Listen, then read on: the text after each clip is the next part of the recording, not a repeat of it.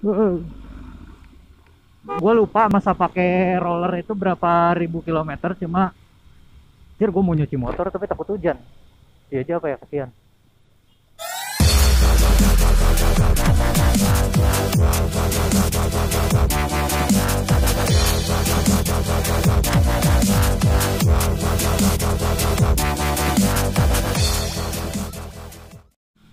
What up fellas, balik lagi sama gue di jalanan kota Bandung.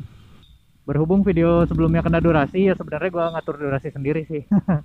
Ah, kali ini gue bakalan ngelanjutin part 2 dari tips merawat motor metik ala gue. Ya tentunya semuanya ala gue karena yang gue lakuin sendiri. Kita lanjutin ke komponen CVT. Ini part penting karena sistem CVT itu closed system, nggak open system kayak rantai motor. Meskipun sebetulnya prinsip kerjanya sama. Karena sebetulnya kalau dijabarkan secara prinsip antara CVT sama rantai motor itu kerjanya sama, adalah mentransfer daya dari mesin ke roda.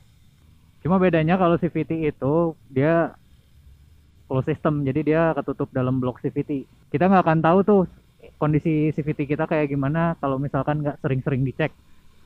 Ya pahit-pahitnya kayak teman-teman gue yang udah ada yang sampai belt CVT-nya putus, ada yang rollernya aus, ada yang kampas gandanya udah tipis.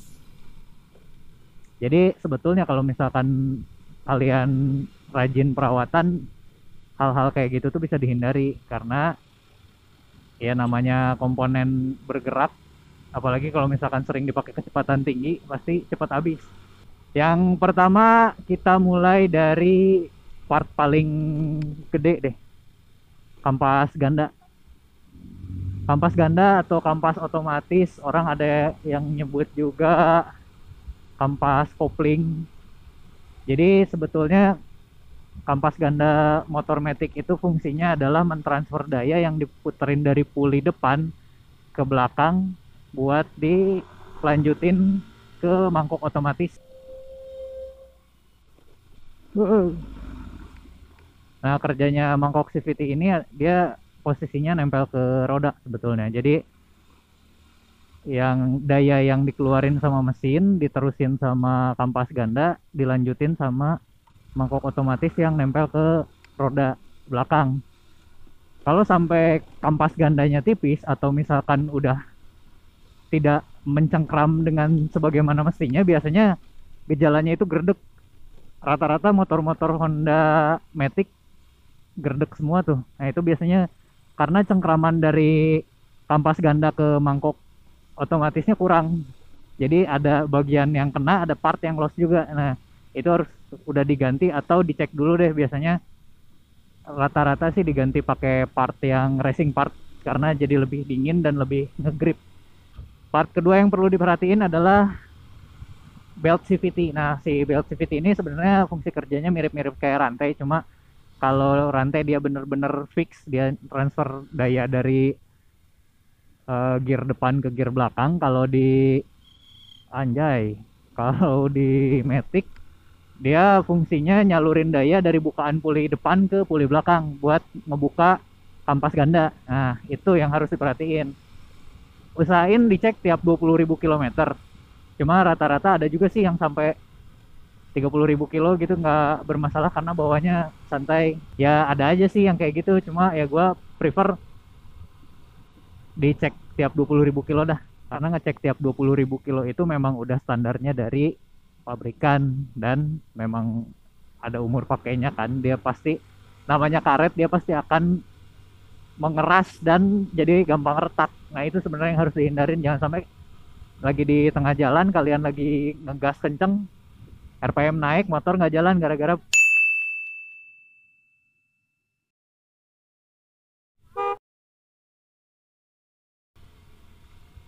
anak kecil anjing-anjing, buset dah. Nah jangan sampai kalian lagi tengah jalan lagi ngegas gitu, tiba-tiba RPM naik tapi torsi ke roda nggak ada yang tersalurin. Pokoknya dijaga sebaik mungkin, jangan sampai belt CVT-nya putus di tengah jalan. Nah part yang ketiga ada, oh, Part yang ketiga ada roller. Bentuk roller itu sebetulnya bulat sempurna, cuma kalau yang racing part ada yang dia yang bentuknya agak gepeng-gepeng di beberapa bagian. Cuma kalau kita pakai roller bawaan motornya atau misalkan kita pakai roller racing yang memang bentuknya bulat, kita harus cek apakah dia udah berubah bentuk jadi peang atau enggak. Biasanya ada beberapa roller itu yang cepet kegerus dan bentuknya udah jadi nggak bulat sempurna. Nah kalau misalkan udah nggak bulat sempurna kayak gitu, dia akan menghambat bukaan puli depan. Kalau bukaan pulinya lambat, otomatis akselerasi akan berkurang karena torsi yang kalian cari yang ditransferin dari mesin ke roda belakang itu kehambat gara-gara puli ngebukanya telat. Jadi kampas ganda juga bakalan telat. Kalau roller dijaga buat bukaannya, karena kalau misalkan bukaannya lambat, otomatis semuanya jadi melambat juga. Gue lupa masa pakai roller itu berapa ribu kilometer, cuma durability-nya sebenarnya tinggi. Tergantung cara bawa juga sih. Kalau misalkan agresif kayak gue ya agak lumayan cepet aus. Kalau belt CVT 20.000 kilo, kalau kampas ganda di 30 ribuan kilo. Sebetulnya itu kayaknya jarak yang wajar sih buat diganti karena kan namanya juga komponen bergerak, bergesekan gitu. Jir, gue mau nyuci motor tapi takut hujan. Dia aja apa ya, kasihan. Damn, ngantri.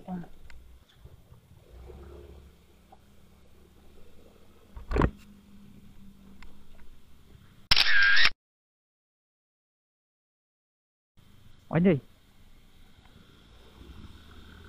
Low flight. Cuci sekarang apa ntar? Cuci sekarang apa ntar? Coba, gue bingung kan. Ya, sekarang aja lah. Biarin. Daripada karatan. Nah, part selanjutnya yang sering kelupaan buat diperhatiin itu persivity sama persentris. Kalau persentris itu posisinya dia di kampas ganda. Nah, itu sebetulnya penting juga. Karena biasanya kalau misalkan persentrisnya udah lembek, dia pukulan balik si kampas gandanya itu akan melambat.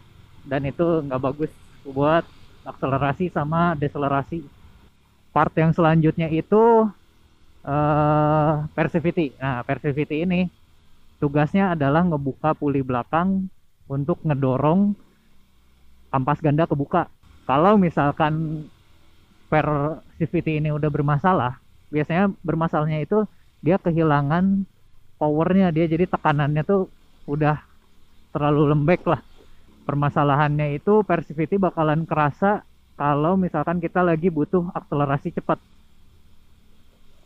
Jadi kalau misalkan kita akselerasi, otomatis puli depan bakalan ngebuka dan ngelebarin belt CVT ke belakang buat ngedorong kampas ganda ke mangkuk otomatis. Tapi kalau misalkan persivity-nya lembek, meskipun puli depan ngebukanya cepat, puli belakang bakalan telat ngebukanya. Nah, dengan kayak gitu, otomatis akselerasi kalian akan lemot. Nah, orang-orang biasanya nyalahinnya kampas otomatis, padahal si persivity-nya nggak kecek. Gitu teman-teman, kalau misalkan kalian mau ngoprek-ngoprek Matic itu jangan pernah lupain CVT-nya karena CVT itu potensinya gede loh. Gue main CVT doang udah cukup buat daily kok. Tarikannya oke, bensin juga tetap cukupan. Agak boros motor gue.